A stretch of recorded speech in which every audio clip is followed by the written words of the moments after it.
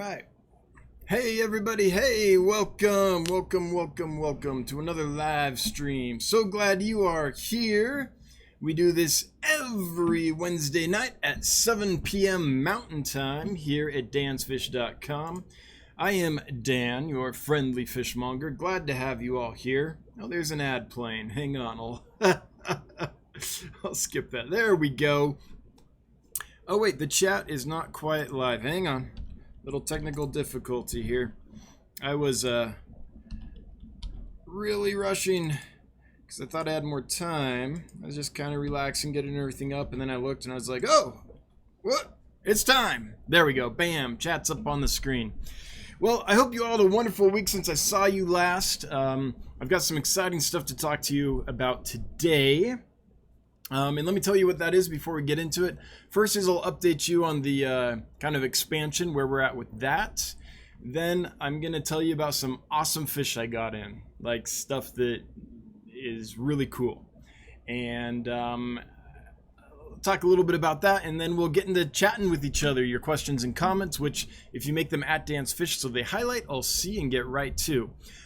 Also, for those that might have missed it last week, did a live stream that I think is pretty cool and worth checking out if you didn't see it. It's on breeding fish for profit, but a little different take on it. It's breeding fish for profit that's like meaningful, like to the point where perhaps it could actually become a living or a massive subsidy or a lifestyle change, something like that, instead of just a little fish food or, you know, a little extra to buy another aquarium or something like that. So kind of gets into the nuts and bolts, I think, of the economics behind the decisions that need to be made when you set up a breeding fish for true profit type of setup, whether it's just in your garage or your basement, or you have 3 aquariums, or a larger facility. So I think that's worth checking out. So let's jump right into it. Let's see here. Here we go.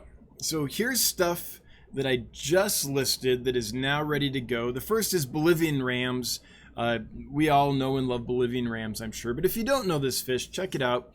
It's like the blue German ram, but it doesn't need the super high temperature that those do. It has easier temperature requirements. So it's kind of a hardier fish. And this group has been rock solid. I haven't lost any. And they're eating flakes and pellets just fine, along with frozen and live and all the treats. But I think they're going to settle in and just be super easy for you if you're looking for those. Then this is for 54Punchie.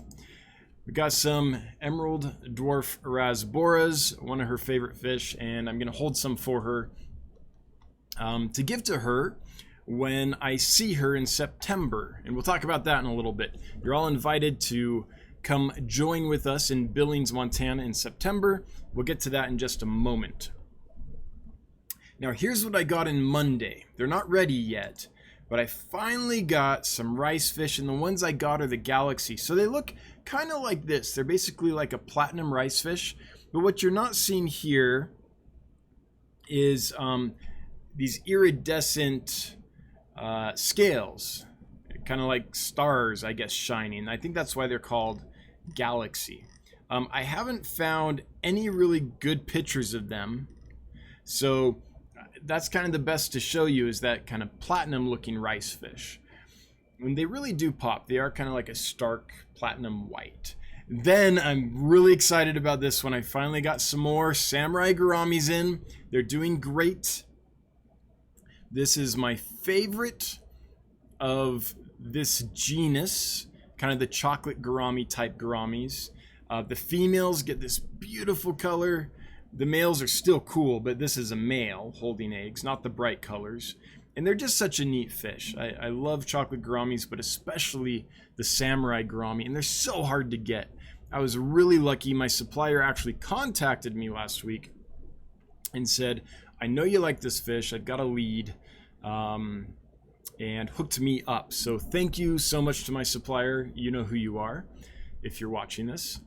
And then the last one, I've ordered these probably 12 times in the last few months. They finally came in, It's the green lizard loach, which is a species of hillstream loach, but it's quite unique. It doesn't have the flattened body that your typical hillstream loach has. It's kind of more along the shape of a regular loach, but with those elongated fins. And I haven't identified exactly which species it is yet, but it looks pretty much exactly like these here. So I don't think it's going to be hard to identify. So that is kind of the exciting what came in and what just got listed for sale. Other stuff that I was out of, I've kind of restocked some Congo tetras and some other things. But those are kind of the new to the fish room items that got in and that I'm really excited about. Now let's show you guys real quick about this trip. So 54Punchie is organizing, along with some other folks, this. And if you want to know more about it, go to this Facebook group, KOA Fish Fam Camping Trip. Anyone that can get to Billings, Montana, this should be really fun. And 54Punchie will be there, and Candy will be there, and several people will be there. And I'll be there. And I'm opening my fish room up, so I think it's Sunday. Anyone can come over and check out the fish room, take video if you want, look at stuff if you want, just geek out. And if you do that, then I'm going to cook a barbecue here. So you can come, have a barbecue, check out the fish, and just kind of nerd out and have a pleasant evening is the idea. So I'm opening up my facility for that. So I hope that helps folks want to come. But I think it's going to be a really cool thing. It's in Billings, Montana, which is pretty easy to get to. There's a airport right there. And I know there's not a lot of like people that are like, oh, I live an hour away, I'll just drive, because like this is a pretty sparsely populated part of the US. But that's what makes the trip interesting. It's really beautiful country up here, and there's some awesome mountains and stuff. And so if you like camping or glamping, then you can get you don't have to camp. You could also just get a Airbnb and come hang out during the day. That's all fine. Anyway, just wanted to put a shout out for that. I know 54Punchie, Pam Earlywine, has been working hard to get that up and running, and so I want to help her out because she helps me a lot. And plus, I'm excited to meet you all. This is a good chance for me to meet some fish nerds that I don't usually get to meet very much. So that is more or less what is going on here. Now the update on the facility, this is the last thing that'll, I think, unless something else pops in my wee little head. Before I get to the update on the facility, I finally caught up on YouTube comments today. I was way behind. I've always been pretty good at getting to those comments within a couple days or so usually. But planning this expansion and all the meetings I have to have and all the stuff I have to do for it is just sucked away any extra time I had and more and beyond. And so it's just been really hard. But today I was like, I'm doing it today. I'm not going to get on the live stream and tell people again, sorry I couldn't get to your comments. So finally got to everyone's comments. And it was like 2 weeks worth of comments. I've never been that far behind before. So I apologize, but I'm all caught up. And I'm going to endeavor, even though things are still busy, to get right to your comments a lot quicker and not let that happen again. That was not good. That was bad. Bad, damn. Bad. Anyway, the facility. So I've met with some more contractors and got some more estimates and things. Had some good talks with the county today. And it does seem that it might be possible to do what I want to do, which is divert some water from a local river or creek, run it through the facility, and then clean it, get it all back, and return it.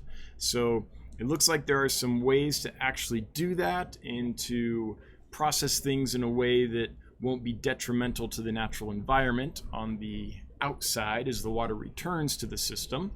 And so the county is interested enough that they're talking with me and being supportive and trying to help me find a way to make that happen. So that was really encouraging. Now I have a meeting with the city tomorrow just in case that doesn't end up going through. and then I can, use the typical city water like any local business would. But that's where we're at. So we're working to see if we can't make that happen and find a location where that can happen, and a system that can make sure that we're all within regulations and even above regulations if need be. I'm not going to return water that is not good for the local creek or river. That's not in the cards. So working hard on that. So that's where we're at. It's pretty exciting, and I'm really close, like super close to being far enough along to go start finding investors, and that's kind of where we're at in that process. So thought you might want to know. Anyway, that's the update. That's what's been going on. Besides, oh no, this happened yesterday. I finally got a spawn of this fish, which I've been trying to spawn for quite a while. Boom, Betta embellus. I have 2 spawns. I got a spawn yesterday and I got a spawn today, and I am just thrilled. I'm over the moon, because this is a fish that I think we should have in the hobby regularly, because it's a betta that you can keep in groups. You don't have to jar these. You don't have to keep these separate. You can keep them all together. So imagine an aquarium full of beautiful bettas. How cool is that? So I'm just super thrilled about this. So the goal is, of course, to raise up those spawns and hopefully get some, pass them around, have some of you folks raise up some spawns, and get it to the point where we don't have to only import this fish from Asia anymore. That's pretty much how it is right now. And the ones that are available in the United States are often jarred. So often they're folks that breed them with IBC and want to show them and things, and to get the perfect finish, they'll jar them. Once you jar them, then it's more difficult to keep them in a community, to return them to a community, because it's like the cichlid thing. The whole pecking order gets thrown off and all that, and they get a little used to being alone. So I'm hoping we can do some community raising of these fish and have a nice peaceful betta that we can keep, not just in a sorority, but you can keep males and females together in big groups, and it's a sight to behold. My fish godfather, Jim Forshey, the first time I ever went to his fish room, one of the things that blew my mind was, I believe, a 30-gallon aquarium full of Betta embellus, males and females, all living together in a big group. And these were full-blown adults, and they weren't trashed or shredded or anything. They were getting along just fine. So that's one reason I like this species so much. So anyway, I'm thrilled, absolutely thrilled about that.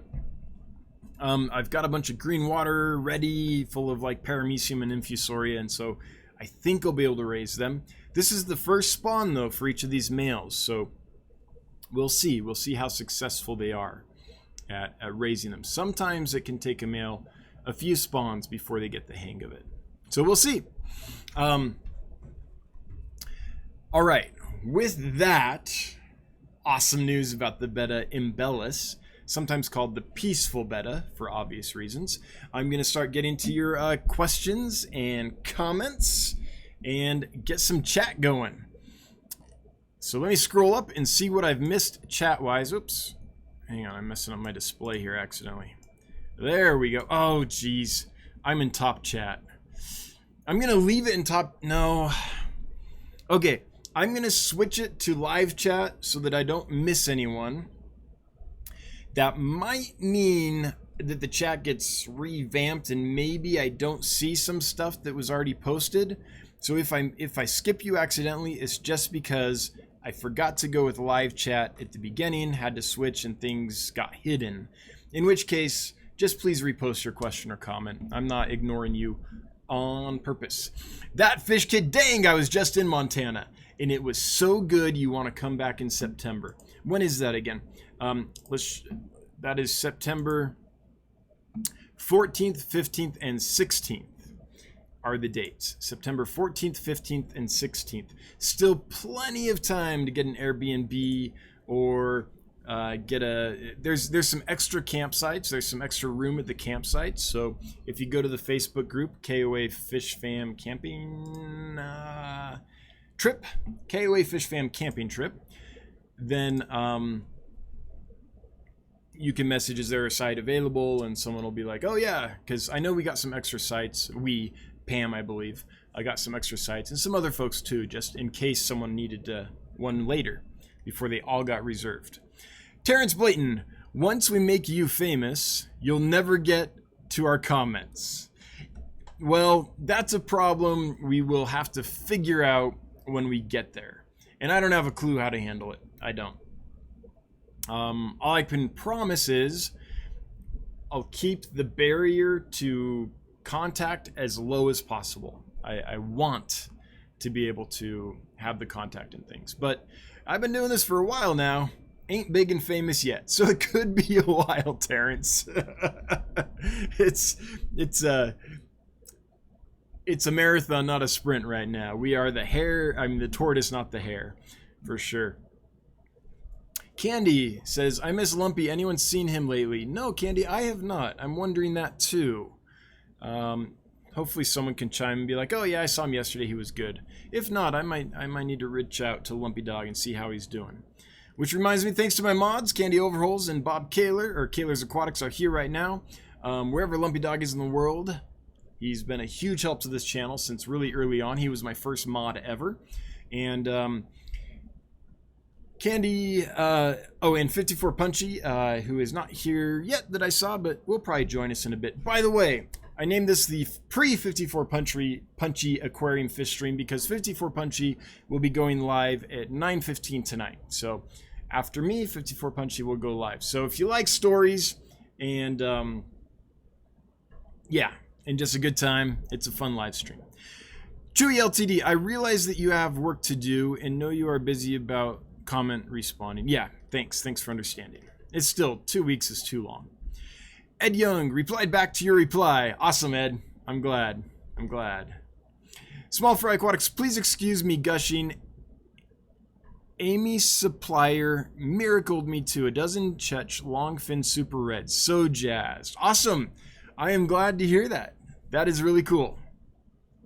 I don't know who Amy's supplier is, but getting a bunch of longfin super reds is not a bad thing, ever.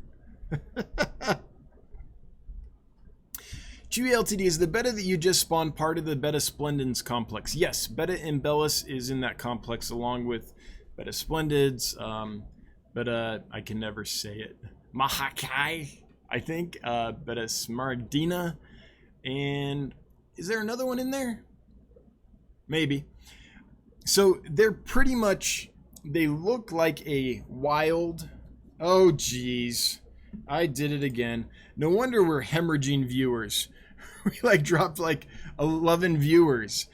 And I was like, what's going on? Because I did the ultimate loop feedback thing. I forgot to switch the screen. Sorry about that. They look like a wild Betta Splendens, but they haven't been bred for fighting, so they're peaceful enough you can keep them together. They're an egg, they're a bubble nester. Eggs are about the same size, fry are about the same size, care is about the same for the babies.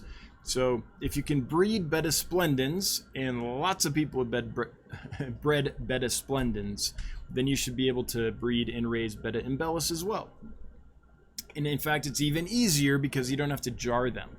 So yeah, well, if you guys don't mind, now that we fixed the infinite loop of forgetting to switch, watching the replay, me forgetting to switch the camera back, if you wouldn't mind liking, sharing, doing all that stuff to get people in here, now that we're up and functional in a in the way we should be, that would be appreciated. Sorry everyone, I hate it when I forget to switch that camera back.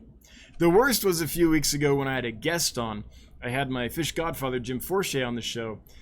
I think it was like a good 20 minutes that you were watching the replay infinite loop thing.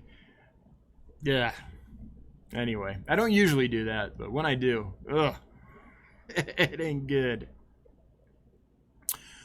Aquaballs, I just put it in the tank, an African leaf fish. I've never seen an African leaf fish in person. I would love to. I think that's a Nandus species, right? Let's see. African leaf fish. Is it? Oh no, it looks kind of like a Tenopoma.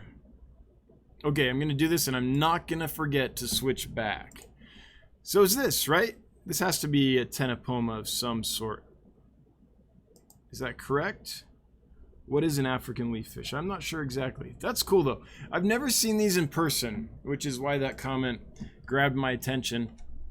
I've seen them on the lists lately, but I'm holding out for the South American leaf fish because that's one I know better.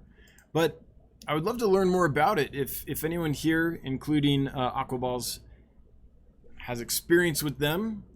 If you just got them, you might not, be able to answer any questions or give a lot of information yet, Aquaballs. But how big do they get? Can you keep them together?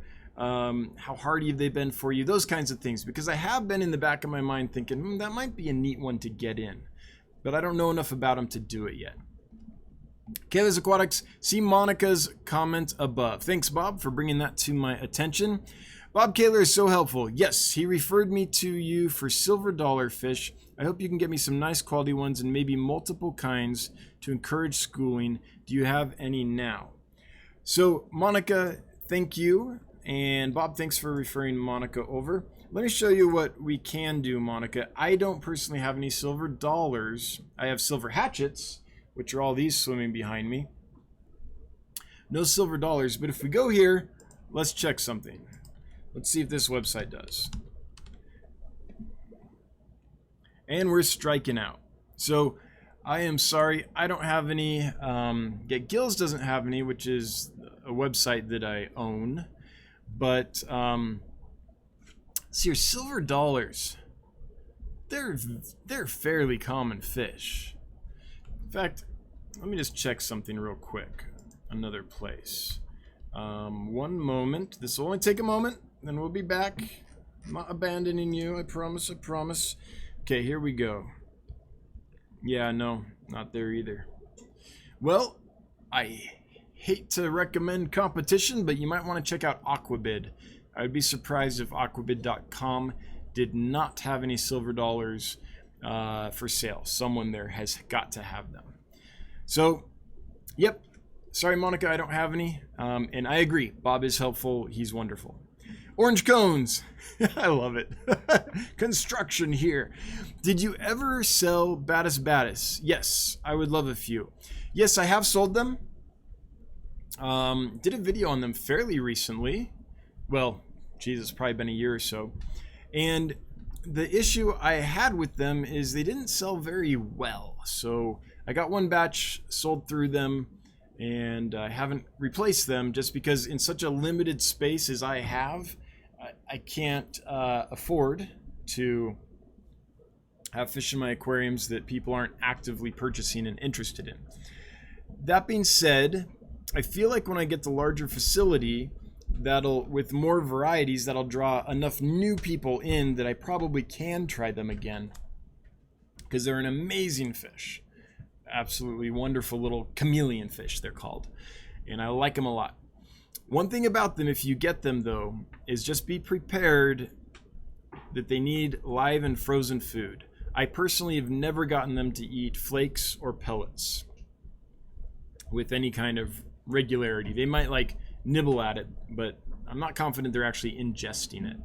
So just be prepared for live food and frozen food if you have Batis. And they tend to stay towards the bottom, so you're going to want to give them stuff that sinks.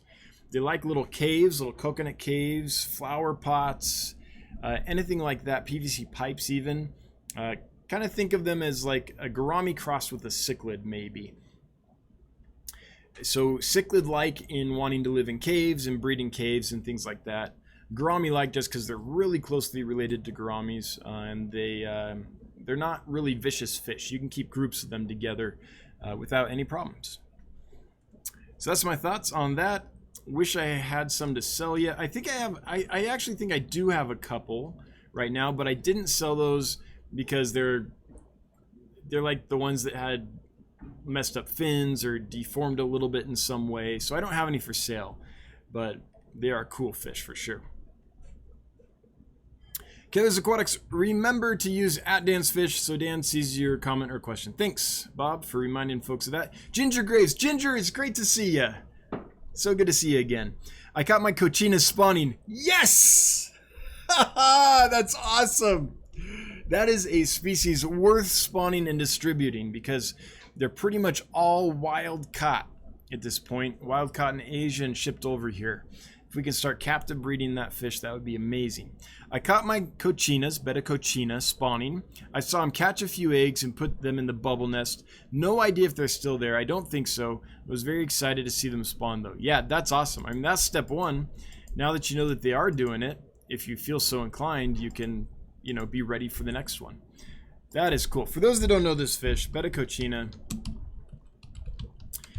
one of the prettiest fish in the world. Here they are. They are small, 1.5 inches, maybe 2 inches on a massive one. They're red and they get like a wine red, like a burgundy, but they get this neat iridescent spot on the side here. Really cool fish. And I'm going to switch back before I forget again. But Ginger, I'm just thrilled. I'm thrilled that you were successful in keeping them and to the point where you're spawning them. That's amazing. Rick Stidham, over 100 turquoise guppies now. They just needed to get out to the pond in case my previous post was during Top Chat. Yeah, I didn't see your previous post. So Rick, that's great news. Yeah, I'm glad they are doing their thing for you. And I love that strain. I think they're amazing. But I'm glad to hear that. Yeah, when you told me that they weren't really producing, I was like, man, what is going on? But I'm glad he cracked it. That's awesome. Chewy LTD, I know that the Betta Splendens group is often hybridized, so I'm thinking that those would be good stock for people that breed bettas. Your thoughts? Yes, I do not believe that the ones I have are hybrids. The hybrids have a pretty, you can kind of, I don't want to be cavalier and say you can always tell. It's not that, but they look different. I have bought Betta Embellus before from breeders, like Asian fish farms, and they were never Betta Embellus. They were hybrids. They look like a placat, like a steel blue. Let me see if I can show you a picture. Actually, no, I don't want to do that. That might take some time. Like a platinum basically color, like a dragon scale, that kind of metallic look. So they looked like a placat Splendens, and they weren't nice at all. You could not keep them together. They had the Splendens aggression. The ones I have now are wild caught. So they're the pure species. They have not been hybridized. And I'm not saying that because I actually flew there and collected them myself and know this to be true. But I can tell by their behavior, I can tell by their color, and I can tell by the fact that it's not super obvious who's male and female until pretty far along, that these are you know, not hybrids. There's no Splendens in this species. So yeah, it would be a great line to start with for someone who's wanting to do Betta Embellus without having the hybridization issue, which you often have with Betta Embellus if you're buying from a fish farm. Those are all hybrids. In my experience, I've never seen a pure Betta Embellus come out of a fish farm. So I wish they would.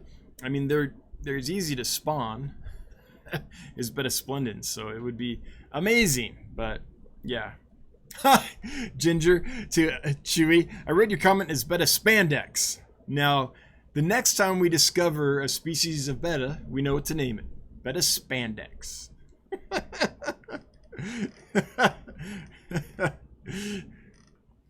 Reminds me of that Eddie Murphy movie where he's like, spandex, all spandex. Okay, Chewy LTD, silver dollars seem to be a tetra that is hardly ever spawned. Do you think it is due to the fact that people that have tanks large enough keep other families of fish more than them? I don't have any idea, Chewy. They are indeed a tetra. They're a kerosene. They're basically like a big tetra. but they're not a fish I have a lot of experience with, so and have really followed and researched a lot, so I'm not really sure. I don't know if they're super easy to spawn and just no one does it. I've heard of people spawning them. I know it can be done. Or if they're pretty difficult, so they're just not done that often. I would think, though, that they're fairly easy if you have a big enough tank, but they're such a large species that, you know, if you have a big enough tank, yeah, you're probably not dedicating it to spawning them. It's probably a community tank. So you might be right on with that, Chewy, but it's just speculation. I don't know a ton about silver dollars. Small Fry Aquatics, 10 to 15 years of knowledge on African leaf. Cool. Need live insects, surface food. Size is palm of an adult man's hand, so similar to the South American. Slow moving, heavily plants on the surface. Spawning is difficult. Awesome, Small Fry. Thank you. So when you say surface food and live insects, will they ever take pellets and things, or are they only ever going to eat live food? That's one of the challenges with the South American leaf fish is the adults, you're probably not going to ever get them to eat anything but live food. They're a piscivore and they're so cued into motion. I mean, you might be able to fool them with like a frozen shrimp that you thaw out and have tweezers or tongs and like shake around in front of them, maybe, but you'd probably just scare them away if you do that. So does it have to be live? Can they be trained to prepared foods? And can you keep them together? Are they peaceful enough that you can keep them? Yeah. Well, that's awesome. 15 years with African leaf fish. Because if they can be kept in a big group, then it's something that I might seriously consider. If I have to keep them separate, or they don't do well with each other, or there's aggression issues among themselves, then it's a challenge, just because yeah, then I don't want to do that, because I want to put them all in the same aquarium basically. 44 Mad Guy 1. Hey Mad Guy, awesome to hear the news about the warehouse. Yeah, it's coming along. I'm trying to be smart about it. I'm trying to get all the information. Like, I know the economics. I know how much this facility makes, so I can project with some accuracy or some confidence how much a larger facility will make if I just extrapolate. I know costs, so I can extrapolate those. I know lots of things, but I'm trying to get... So that part's been done for a while, but I want to be kind of pretty accurate with my building costs and different fees for the city and the county and all that stuff that are going to come into play. Because if you build in the city, codes are different, so the cost of that building is different than if you build in the county, outside of the city, all that stuff. So I'm just trying to get it as accurate as possible, so that when I talk to someone and say, hey, would you like to invest in this business, I really know what I'm talking about and can answer their questions. And it's not like, I just think it'd be cool to like sell fish. You in? Like, I need to have more than that. So I feel like I'm close to that point. I'm just got to get a few more spaces on the spreadsheet checked off and get some more information in there. And then the rubber will hit the road, and it'll be like, either I can find a way to fund this or not. That's the new challenge. But I have quite a bit of fundraising experience, so I mean, I'm not going to say that I'm like a professional at development, which is what we call, you know, fundraising for companies. But yeah, I've raised a lot of money, so I'm hopeful I can do it for this as well. In the past, it's always been for theater, so I'm hopeful I can do it for this too. JH Aquatics, this is my favorite live stream on YouTube. Shh, don't tell anybody. Well, thanks, Joseph. I appreciate that.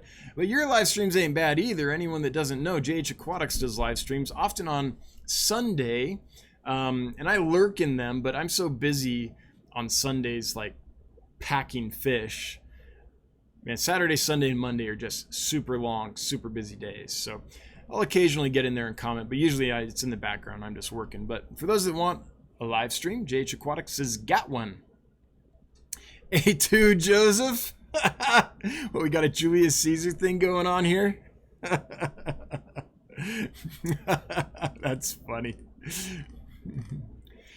Yeah, I mean, I feel like I must be a really acquired taste or a little bit of an edge case or something, because the people that like my streams and my videos really like them. But so far, it's a pretty small, but enthusiastic cohort, I should say. Hasn't done what some of the other channels do, which is appeal to a broader mass. So I'm curious to see how that goes. I mean, the only thing I know how to do, I guess, is be authentic. You know, the only thing I know how to do is be me on camera, and that'll appeal to who it appeals to. I'm not going to chase likes and be like, hey, people like this, I'll just do all of that. And that gets a little fake.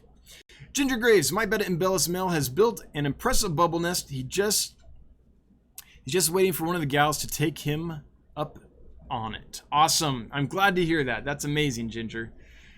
They're worth spawning. That's a species that we should have been spawning and distributing in great numbers in this hobby decades ago because of all the benefits of it, you know. Everyone wants a betta sorority because they want to keep bettas together. And those don't work out very often because betta splendens are just hard to keep in groups. So yeah, I want to get that going. All right, James Rutherford. When selling my guppies to my local fish store, they don't do well in his tanks. He uses RO water. Oh yeah. And I use tap Minnesota liquid rock. How do I fix this without going RO? That's tricky, James. I don't want to like point fingers or anything, but I would say that's on the store. If they're trying to keep guppies, I don't have a clue why they're doing it in RO water. Guppies like hard water, and they do well in hard water. And it's really difficult for a fish to go from hard water to soft water because of the osmotic pressure, and we'll get into that. We could get into that. There's other live streams where I have, but basically, fresh water, super soft water without minerals, is trying to invade the fish's body. And the fish is working really hard to keep pumping that out or keep it from coming in and overwhelm it. So it's maintaining what's called homeostasis.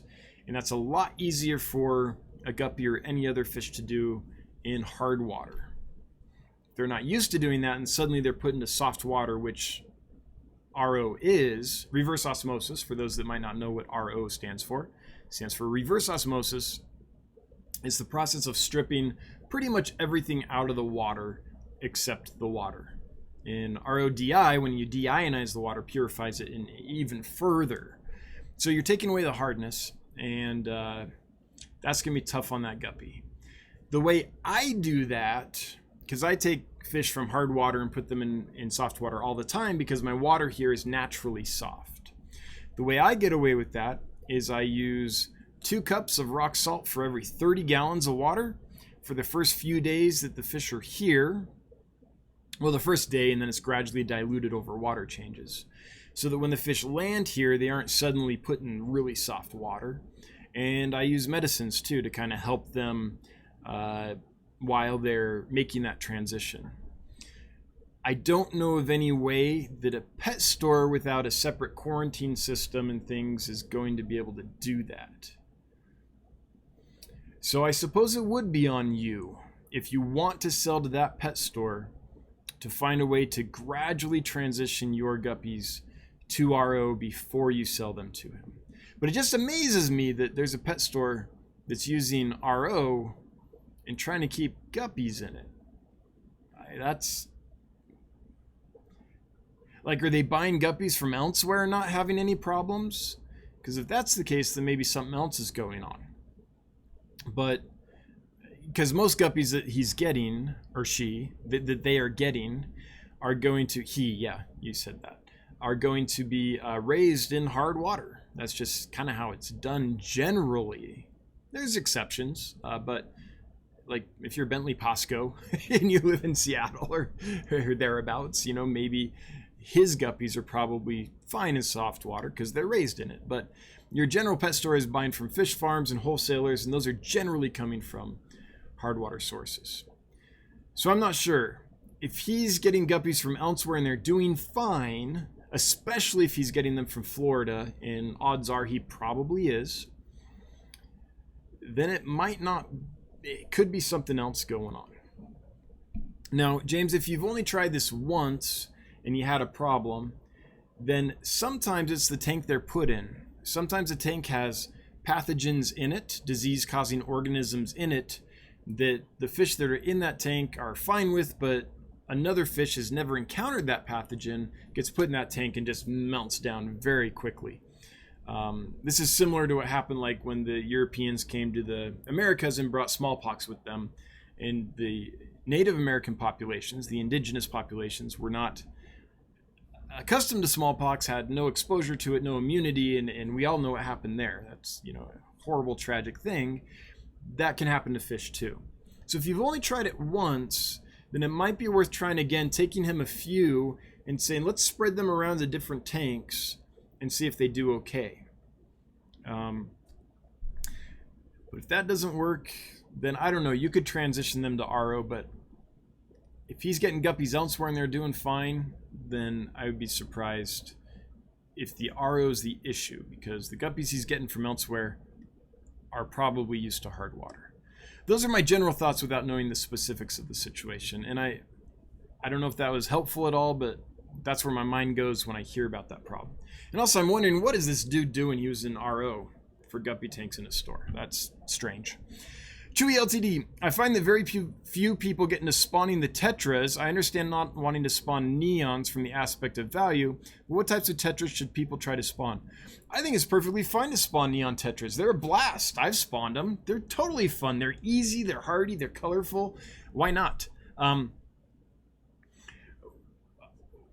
think the main challenge with tetras is just the tiny, tiny size of the fry.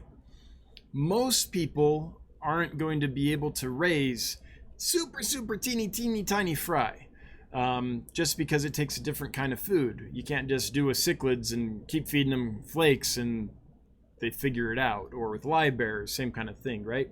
You have to either feed them super small live organisms like Infusoria, and I would recommend for anyone interested in learning how to do that you go to Mark's Aquatics on YouTube. Let me look it up here and make sure. Yeah, this guy, Mark's Aquatics. He's out of the UK. Tons and tons and tons of videos on breeding fish like danios and tetras and stuff. And he shows you, I'm going to go ahead and link that into the chat now for you. He shows you how to create Infusoria cultures, and he goes from the spawn through the eggs, through the hatching, and kind of shows you how to raise them up. It's a really good channel for breeding like egg scatterers. So I would recommend that. The other thing I would recommend is on my channel, I have a video, maybe one of the mods could link it up, with Chase, Kleinstecker, who has bred many egg scatterers, tetras, barbs, all kinds of stuff. And he has his method of doing that. And often he'll use really finely powdered food.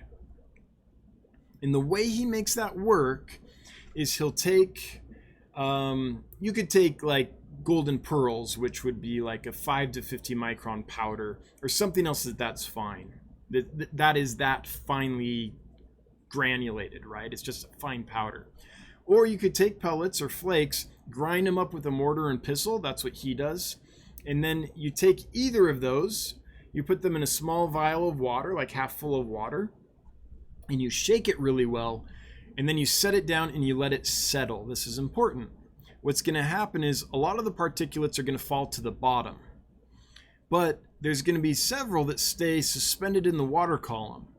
That's what you want to feed little baby tetras and barbs to start if you're not doing Infusoria and Paramecium and rotifers and other living microorganisms. That's what Chase does. And the key is to feed that stuff that stays in the middle of the water column after you shake up that vial, because the tetras, the babies, are going to be mid-water, and that's where they're going to find their food.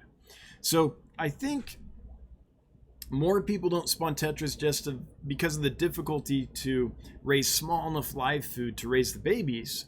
But I think with Chase Kleinstecker's method, you could maybe do it without that stuff. He's been doing it just fine. And by the way, let me show you his website. This is a great website. I'll link it up here. This is Chase's Fishes, and he's got just an amazing amount of information on here about breeding fish. All kinds of different fish.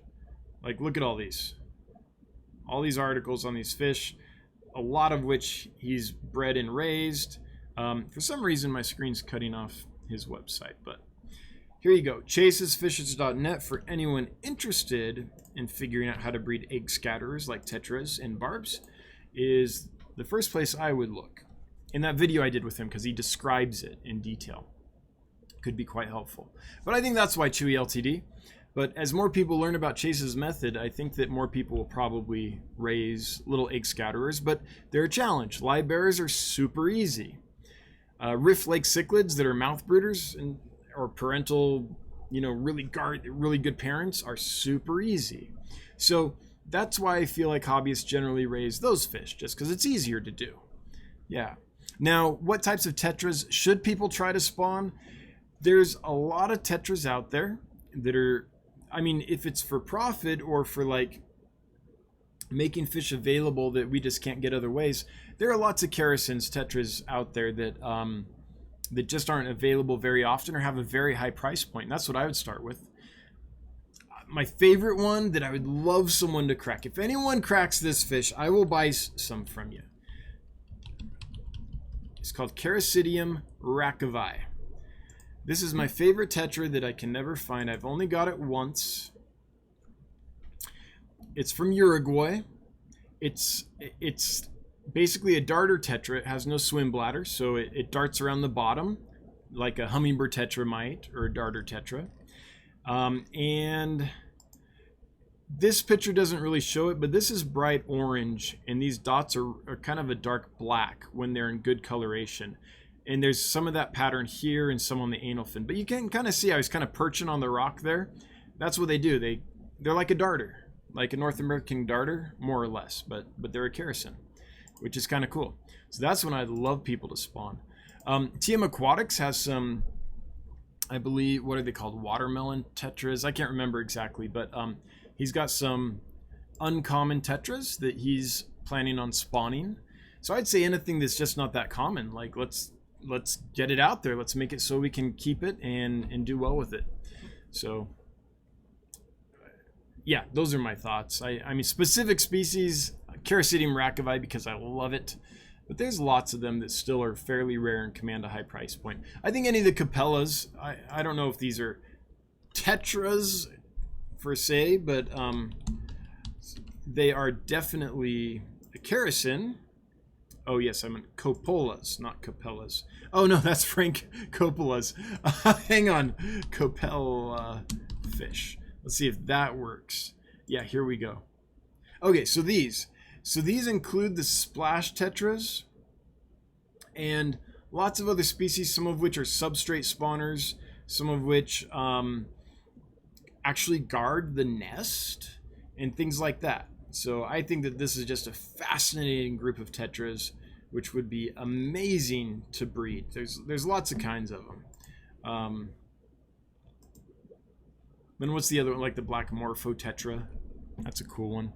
Anyway, those are my thoughts on that question. TM Aquatics, yeah, Hemigrammus coruleus. Did I say that? Coruleus? Hemigrammus coruleus, maybe. Thanks, Tom. I appreciate that. Buckaloo for you. Link to that fish. Which fish, Buckaloo? Was that the Kerosidium? I'm going to think it is and put a link in there for you. Since it's super easy for me to do because I was just there. There we go. Kerosidium rackevi. I think that's what you're talking about. Here you go.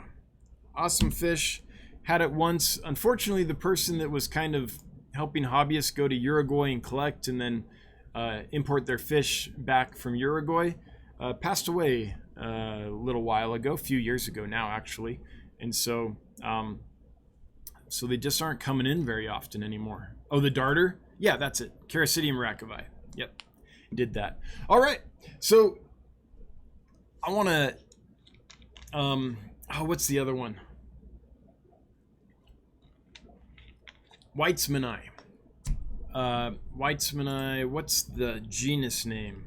Weitzmani tetra. This is one of my holy grail fish too. Poeciliocharax weitzmani. Yeah, the black morpho. These guys. These have always tickled my fancy. I don't think I've ever seen one in the flesh, ever. I would love to. Rachel O'Leary did a pretty good video on these, but this is one that I would love to get and breed at some point. They're different than your typical egg scatterer. These are a cave spawner, so the male, as I understand it, will claim a cave and will spawn in it and guard it, kind of like a peacock gudgeon or something along those lines. So that's one that I would love to get my hands on, just as a fun project. Just as something, a fish that I've been fascinated by for a long, long time, and never actually, that I can remember, ever actually seen it in person. 44 Mad Guy 1, what are you going to build the fish racks out of in the new facility? Same thing, 2x4s. So it'll be the same as what I'm using now. Just kind of the Ted Judy system. I don't know if he invented it, but that's where I learned it from, was Ted Judy's YouTube channel, where you kind of dado out grooves in the vertical support and put the horizontal support in there to create a continuous stability all the way up the leg of the rack. I've got a video on my YouTube channel about building racks, where you can see exactly the process I use. That's what I would do, with one improvement, which I've done in some of the fish room down here, which is putting probably a 1/4 inch to 1/2 inch sheet of plywood that spans the legs front to back. That way they won't tip. Like, they're pretty stable lengthwise, but front to back there's only 18 inches. So, you know, I don't want anything shifting that way. So that plywood, putting that plywood there, really helps stabilize the rack. So I might do that. I might add some of that. Although they're only 40-gallon aquariums, I'll be using 40-gallon breeders. And that's another thing I've been doing, is talking to aquarium manufacturers to price those out. So I think they'll be okay without it, but I might put it in just for peace of mind. Yep. But it's worked really well for me. I know some people have trouble with it and don't like it. Like Greg Sage has a video where he just is like, talks about how much he hates that rack system and how it doesn't work for him. It's worked great for me for many, many years in this facility and in others. So that's what I'm going with. And I'm not going to paint him or anything. Wait. Orange. Oh, wow. Orange cones. My friend in Peru has Caricidium racovi. They spawn for her.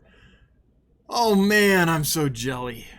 Oh, that is odd. I mean, the one we know generally from Caricidium is,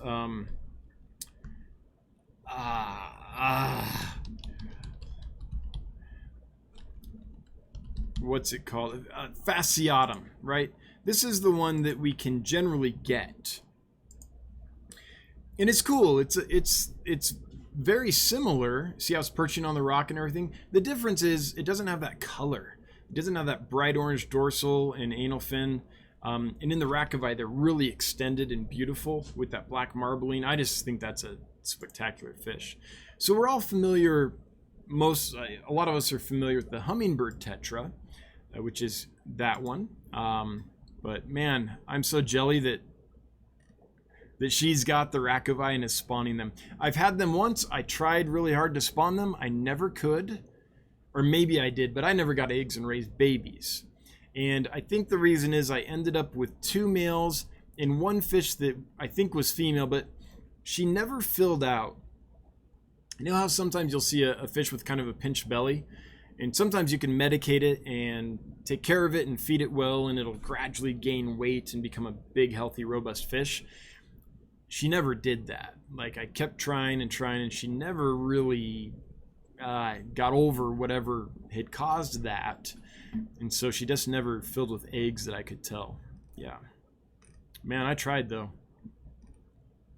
44 Mad Guy 1. Cool. Well, groovy. Okay, here we go. Chaos Aquatics at Dan's Fish. Any sponsors, or will you accept them? I don't have any sponsors at this time. I don't plan on having any sponsors. Part of the reason, part of the reason is I use very few products. Like, this is a working fish room, and I don't have a retail store where I'm, dealing with the, average aquarist that has a pretty aquarium in their room and wants fancy lights and filters and all that. I'm not selling that stuff. All I'm really trying to do is get interesting species of fish and make sure they're healthy before I send them out, and send them in a way that they get their life. So the fish themselves are my focus, not the products that surround them. So for those that come in September, KOA Fish Camping Trip, Fish Fam Camping Trip on the, what was it again? 14th, 15th, and 16th, I believe. Yep, 14th, 15th, and 16th in Billings, Montana. Go to KOA Fish Fam Camping Trips Facebook group if you want to know more. But for those that go to that and come to my fish room, you'll see it's very sparse as far as equipment. I have LED shop lights across the top. Up above the tanks about 10 to 12 inches. That's the lighting. I've got a sponge filter and a box filter in pretty much each tank. That's the air and filtration. Most of the tanks are bare bottom, water sprite up top, Java moss down below. Bob knows this. I'm just saying this for other folks. So I don't have a lot of equipment that I use that any sponsor could say, hey, you use this, we'll sponsor you. I'm not interested. I don't want to use hang-on backs because I don't like the gap between the end of the filter and the start of the lid where fish will jump. I don't like having to plug in separate filters for every aquarium. I like just to have a central air pump and have the whole room operate off that. So I can't think of any sponsor that would be interested in me because I use very few products made just for the aquarium hobby.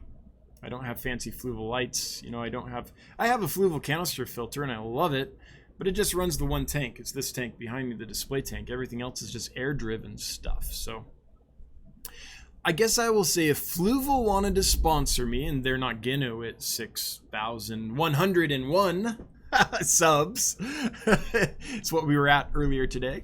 But if they wanted to sponsor me, I would accept that sponsorship because I've used Fluval products since I can remember, and I've always liked them. I found them to be high quality build and last a long time and do their job well.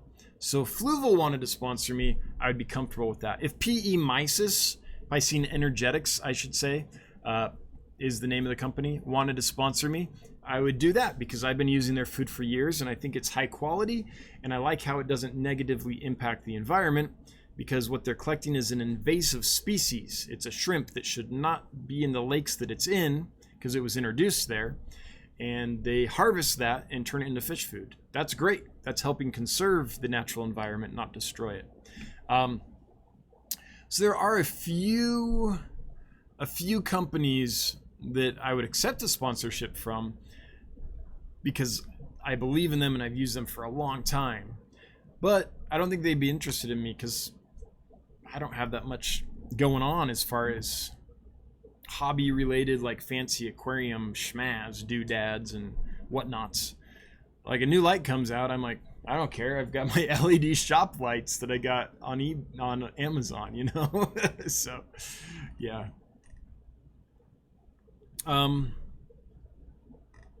Okay. Oops, jumped on me. I'm finding it again. I don't have the problem. You know, a lot of people feel like sponsors are a conflict of interest, and I don't have that problem because I feel like no matter what, I'd be honest about the product. No matter what, even if they were sponsoring me, if it sucked, I would say that. So I don't feel internally that conflict of interest. Yeah, so that part doesn't bother me. But for me, it's basically about it's really focused on the fish themselves and making that experience as high level as it can be, because I feel like right now a lot of times people have a really bad experience when they buy fish either from a fish store, a mom and pop sometimes. You know, how many mom and pops quarantine and really take care of stuff before you buy it?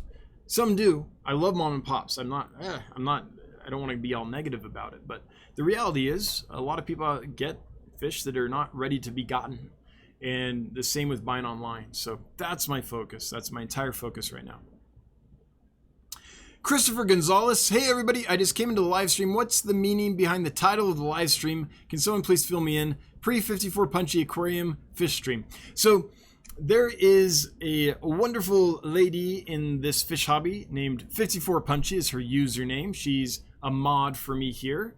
You can see her comment up above. Hey Dan, hey Pam. And she's going to be streaming after me. So at 9:15 Mountain Time, she's going to do a live stream. So since I'm before her, I'm calling it the Pre-54Punchie live stream. Because the last few weeks she's live streamed after me, and I keep forgetting to remind people during my stream that 54Punchie is going to be after me, which I want to do for her because she's amazing. And so if I put it in the title, I didn't forget it. So that's why I put it in this week. It's not generally called that, but that was a reminder to myself to let everyone know that 54Punchie is live streaming tonight after me. So that's it. That's it, Christopher Gonzalez. Orange cones, she collected them. So a friend in Peru that collected Carasidium racovi maybe 3 years ago. They call them hummers there. Yeah, I'm so jelly. I love that fish. FishTube, what will you do with all the aquariums you have now? So I will show you exactly what I'm going to do with those. Okay, let me bring up a picture to show you that. Okay, here it is. Hang on, let me get this over where you can see it. Good enough. Okay. So all these here, these white rows are all aquariums. And in the middle here, these are all 40-gallon breeders. And I can fit 298 of them here in this current configuration. This is my quarantine system, and I might need to extend that here too. We'll see how that goes. This, though, this is all the 75 gallons. So I'm going to move them into the warehouse. And I can fit all of them right here along this wall. So I can fit every 75 gallon I have right here. So that's the plan. That's, as of this moment, what I'm going to do, what I'm planning on doing. And then I will set up maybe a few aquariums down here in the basement along one wall only, just for display. Maybe a couple large aquariums, 125 gallons, something like that. And then on the same wall, a rack of small aquariums for breeding. So that's kind of the idea.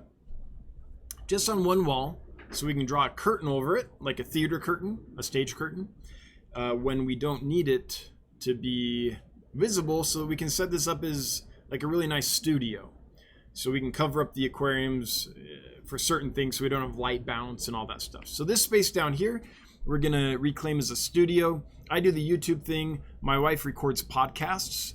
Her podcast is Lady Romance, if you're into romance novels, and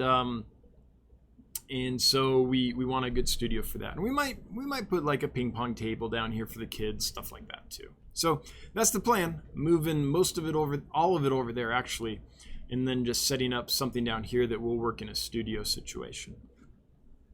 I need to up my game. For those that are familiar with my channel, I feel like the information's good, but the production value is really low. Like right now I'm glary, I don't have good lights on me. The microphone's okay, but the lighting's bad. You know, I want to set up a studio so I can up the YouTube game a little bit. I feel like that might be one reason why the channel isn't growing as quickly as perhaps some other channels, because a lot of them just have higher production value. They just make better looking, better sounding video. So that's the plan. Alrighty, Terrence, back to Terrence. Sounds like your fish room is the smart fish room. Well, it's definitely the DIY, like, yeah, I've tried to make it as little clutter and as functional as I can. So over the years, I've kind of learned what works for me. I know what equipment I'll use. I know what I won't.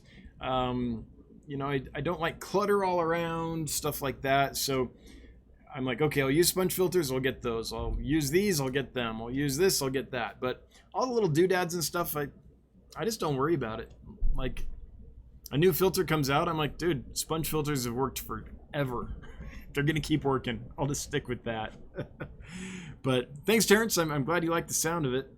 Killers Aquatics, $20 super chat. Bob, thank you so much. As ever, very much appreciated. Never required, but it does make the wife super happy. Thanks.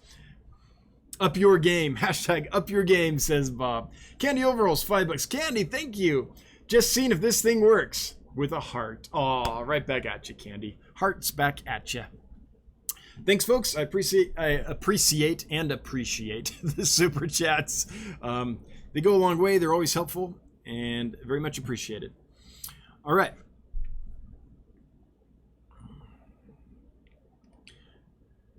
Okay, hang on. Jumped on me just a moment. Hey, Dolly, I just saw. I'll get to you, Dolly Vigil.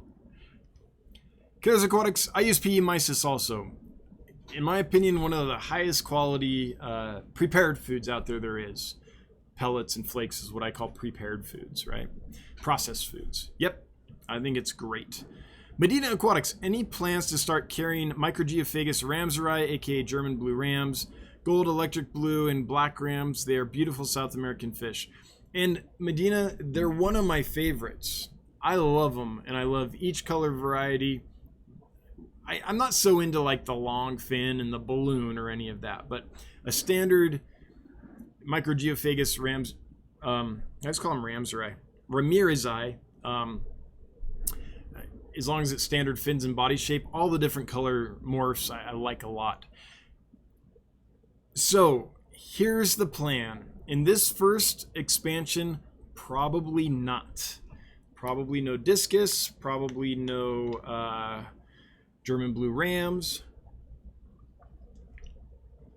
or anything, because I'm going to keep that facility at a temperature that they won't like. I'll keep it a little too cold for them, mid to upper 70s, because that's good for a wide variety of fish. Now the plan, though, is to eventually expand and create a facility dedicated to fish that have those particular needs. So to create a facility that's kept at about 85 degrees or so. I'll probably keep the facility at 86. That'll make the water temperature roughly 84 in the middle tanks. And then that facility will be full of discus and rams and other fish that need the warmth, or that like the warmth. So not at first. I mean, I see them every week on the lists, and I love them, and every week I'm like, man, I wish I could get those. But it would do them a disservice to get them now, because I don't have a warm enough facility. And when I get the new facility, the warehouse upgrade, that won't be set up for that either. Because if I do that, then it excludes so many other species that don't do well at the higher temperatures. So I have to wait till I can dedicate a separate facility to them. And the plan is to get, 5 or 6 of these facilities going on the same piece of property. So we'll build the first one. We'll go. We'll make sure that's profitable and growing. And once we've maxed out what we can do in that building, and we've got our systems as high quality yet efficient as we can, and we know how to work that, then is the time to expand and add a second building, probably sharing a wall or whatever with the first building, and then do a new thing in there. So eventually I imagine a building that's, pretty much full of live bearers, and another one's pretty much full of different catfish, plecos and cories and all kinds of stuff. And so, and it's not necessarily, I shouldn't say that. It's not quite like that, but buildings set up for fish with different needs. So we can keep all kinds of different stuff, as well as shrimp, and as well as plants, and as well as other stuff that I'm not a huge expert on, but we'll hire people who are. So together, hopefully we'll have like the dream team. That's the ultimate goal with this. But Right now, even the first expansion is just a drawing on paper and a few spreadsheets. So, you know, we've got a long way to go. But, yep, can't keep them because I can't keep that first building hot enough for them. And I'm not going to do like separate heaters and tanks and all that. It's got to be a complete system. All right, Dolly Vigil. Hey, I'm back. What's the status of the female thread pin? I can't read. Thread fins, please. Well, so glad you asked, Dolly Vigil. Let me show you. So we got some here. They're doing great. Thread fin. Here they are, females. I got 5 right now. And they're pretty cool. So, yep. I've got some for you. If you want them, order them up. They're right there at Get Gills. By the way, Threadfin Acaras, they're pretty awesome. This picture is horrible. I have to replace my picture because it looks just horrible. But Threadfin Acara is looking good too. But yeah, this is a great batch dolly. They've been doing well since the get-go. They're fat, they're sassy. I think these are gonna do well for you. And we'll finally, after months, get Dolly Vigil some female threadfin rainbow fish. What was it, last November or December when we first started trying to do that for you? It's the saga, the Dolly Vigil saga. Are you guys being mean to 54Punchie? Well, she probably deserves it. No. Chewy LTD, has your wife got a YouTube page? There are a few authors marketing themselves on YouTube as well through podcasts. Nope, she's not doing. I shouldn't say that. She does not really. She's got a couple little things out there, so not really. Mostly right now it's the podcasts and her. She's got a blog. She's got podcasts, and she has a web page, and a Facebook page, and a mailing list, and some other stuff. Yeah, but not so much on YouTube yet. The Fish Tank Barn $4.99 super chat. Thanks so much. Sorry I missed it earlier. Yes, it works, Candy. Dan, do you have an update on the Long Fun Santa Maria project? They are long fun. The Long Fin Santa Maria project. Yeah, the update basically is that I put the double sword males in one tank with a group of females. They're gonna drop really soon. They're pretty big, but that drop is a drop they were hit up with probably before they got put in with these males. So I'll remove all those babies when they come out, and the next batch is the one that I'll raise up for the, you know, double sword, long, nice long tail fins, because this first group probably doesn't have them. It's probably still the genetics of the previous males that were in that tank. So with guppies and endlers and stuff, often you let the females drop, and if they're in with the desired male at that point, then he has a good chance of being the father of the next batch, or at least of a substantial part of the next batch. So that's kind of the strategy there. Scoop out the old male's genes, and then the next batch will raise up. So we've got a little while.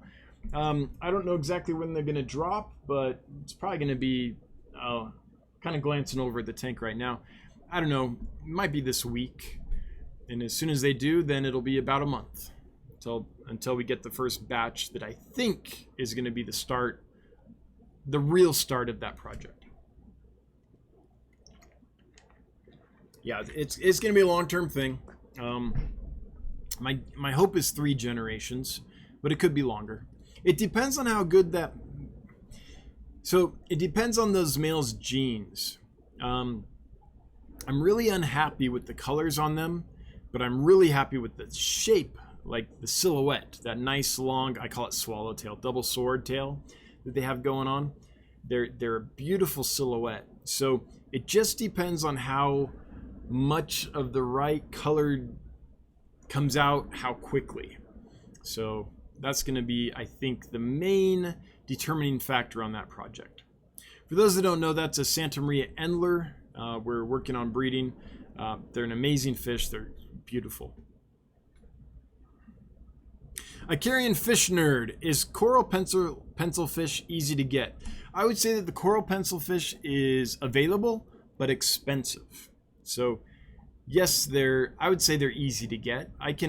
They're on my list almost every week. I could order them pretty much every week, but the price point is always so high that I just don't ever do it. So they're out there. They're just really expensive. I mean, they're beautiful. They're totally worth it.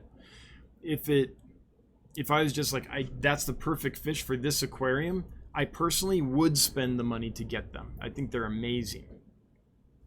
But I shy away from fish that are super expensive. I mean, the right things have to be in place for me to do that, and they're not in place with that fish from this supplier at this time. Yeah, I've got to be able to resell them basically, and if I can't get them at a price point where I'm confident I can make my markup and resell them, then I don't get them. And I have to do that. I have to be disciplined about that. I can't be like, oh, but it's super cool, I'll only mark them up this much. Because that's the beginning of it's already tenuous enough trying to make enough of a profit to stay alive in this industry. And so I just have to set pretty hard and fast rules with myself about that. So if I know that with my markup, they're going to be just more expensive than I would pay for them, or that it's not even that. I'll pay ridiculous amounts of money for fish. I'm weird like that. But the markup has to make sense. And if I can't make it, I just don't get the fish. So I'm hopeful that I can find them from another supplier. Well, I know where I can get them and it would make sense, but I don't have the bulk to do that yet. That would be a massive order. So hopefully with the warehouse I can do that. I did talk to a person today about this. So right now to import directly, say I want to bring a bunch of fish in from South America or Asia or Africa on my own import license. To do that now, I mean, the license is no problem, Fish and Game and customs. I know how to navigate all that. I've done all that before. The killer for me is that the closest airport that I can make them legal at, go through the customs and Fish and Game process and get them into the United States, is Denver. And that's a 2-day process for me. That's a long drive.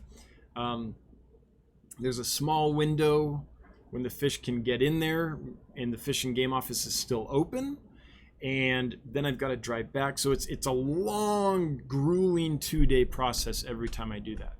So I'm willing to do that occasionally, but I know that's going to burn me out. So I've been contacting people, and I talked to one in Los Angeles today that's saying, look, if I import directly, will you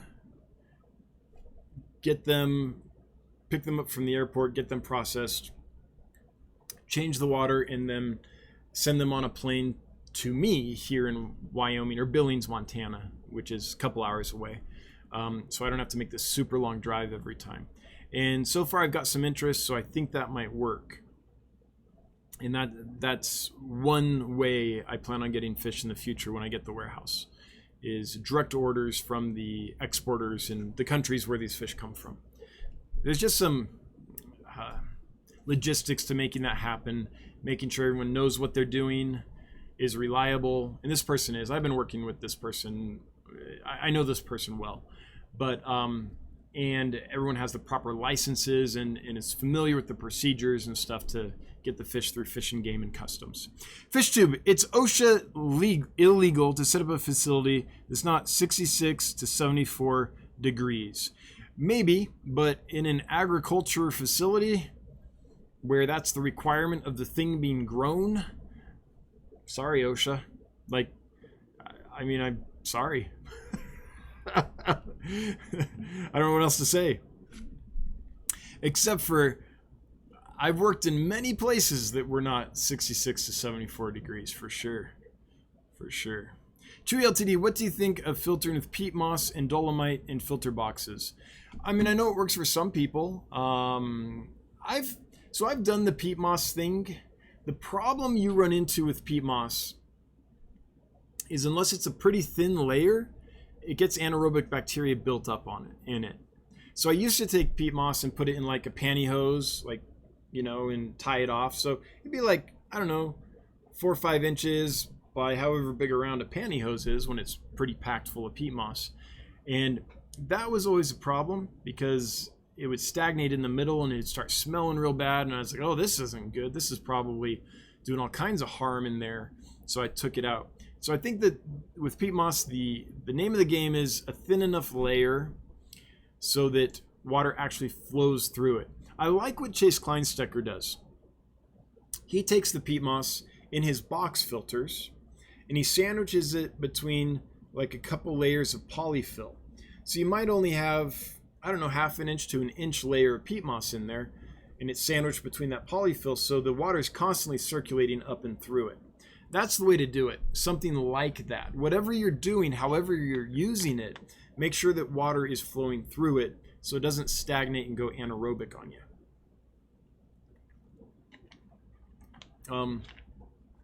So when I first started breeding killies and stuff, I tried that and I had that problem. And I still see videos in fish rooms where I go in and there's a pantyhose stuffed full of peat moss thrown in the aquarium, and I don't think that's the way to do it. But I mean, it can be effective for sure. 54Punchie, I got some moss from Dan Slee last week. Awesome. Howdy, Dan Slee. Put it in a gallon jar in front of the window to hold. Saw movement today. 4 Pseudomugil Gertrude fly. Fry. Dan Slee, you're selling hitchhikers? No, that's like a bonus. That's awesome. Buy plants from Dan Slee. You might get cool free fry. That's awesome. Put them in a tub of rice fish fry. That's great. Cool. And I'm always a little leery. In fact, I got to make sure I do that, of selling plants, because my tanks have all kinds of like snails and scuds and detritus worms and stuff like that in them. And you know, some people really hate it when they buy plants and they get those hitchhikers. But the kind from Dan Slee, that's the kind you want. Fish eggs. Dolly Vigil, I ordered it. Can't tell you how happy I am. Awesome. Dolly finally ordered. It's been months. Hell froze over. A new dimension has been entered. Dolly Vigil has ordered his female threadfin rainbows. GT Organic Aquatics. Hello and good evening. Well, hello, GT Organics Aquatics. Welcome. Glad you made it. All right. Oh, Dan Slee doesn't have plants for sale. Only share or trade. All right.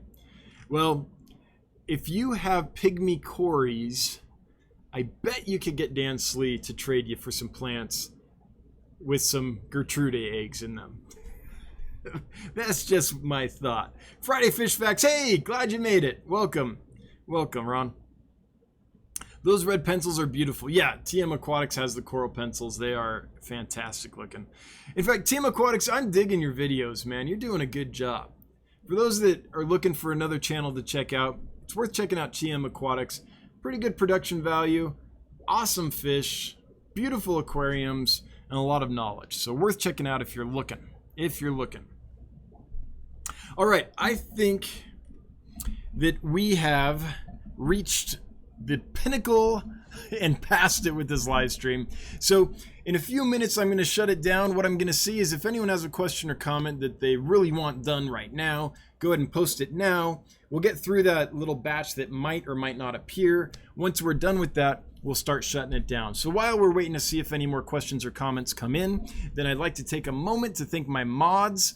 Thank you, thank you, thank you. Appreciate you all so much, like truly. So thank you. And I'd like to thank everyone that gave a super chat. Thank those that kept the discussion lively with questions and comments, and those that helped others in the chat, you know, chatting among yourselves. That's all good stuff too. I should shout out the Get Gills Facebook page. It's a good place to hang out, and thank the people that helped me make that happen. So thanks to those folks too. And with that, just one last reminder that the KOA Fish Fam camping trip in Billings, Montana is happening September 14th, 15th, and 16th. You can come here to this Facebook group. You can get the information. You can ask the questions. This is the brainchild of like 54Punchie. Candy Overhauls has been very active in it as well. And so I personally would love to see you there. I don't get to hang out with fish nerds that often. And for those that missed it, I'm opening my facility up. So during that trip, you'll be able to come here and geek out and look at everything and take any videos you want. I'll cook a barbecue. It should be a good time. So anyway, that's... Oh, no, we got one more. Terrence Blayton, do you jam out to music when you clean your fish room? And if so, what do you listen to? Sometimes I do, but usually I'm listening to like brain food. So I listen to like the Oxford Union speeches and discussions out of Oxford University. Different folks on YouTube or on Stitcher, podcasts and things. It's usually kind of intellectual stuff. Like I'll listen to all kinds of stuff. I'm on a Jordan Peterson kick recently. I just discovered him a couple weeks ago. I don't agree with everything the guy says, but he's an interesting person to listen to, just his thought process and how he formulates arguments and things. I mean, I disagree with his standard premise, but I like listening to him. I'll listen to him. I'll listen to people that disagree with him. I'll listen to all kinds of stuff. I listen to a lot of business stuff, like Gary Vee. I've listened to him most of the day today, but lots of different business folks. I like This Week in Startups quite a lot with Jason Calacanis, stuff like that. Or I'll listen to books on tape. I'm listening to Seth Godin right now, so stuff like that. But every now and then I'll be like, I need a break. Brain done, body tired. And usually what I do in that case is I go to Spotify and I'm like, okay, something like relaxing classical, just calm me down, like let my brain decompress. So that's usually what it ends up being. When I listen to music for fun, it's like David Bowie and stuff like that, Queen, that kind of stuff, pump rock. All right, Tech Turtle. All right, I made it through a live stream, first time in a while. Well, congratulations, Tech Turtle. Good night. Buckaloo for you. Why do you live so far away from the rest of the world? No, it's that the world lives far away from me. Yep. All right. Good night. Oh, pal Joey just made it. Debussy. Yeah, I like me some Debussy for sure. Anyway, thanks everybody for another wonderful live stream. We'll be back next Wednesday, 7 p.m. Mountain Time, like always. Hopefully, I'll have some good news about the new warehouse build to tell you about. We'll see. Until then, I hope you have a good one. Thanks, everybody. Bye-bye.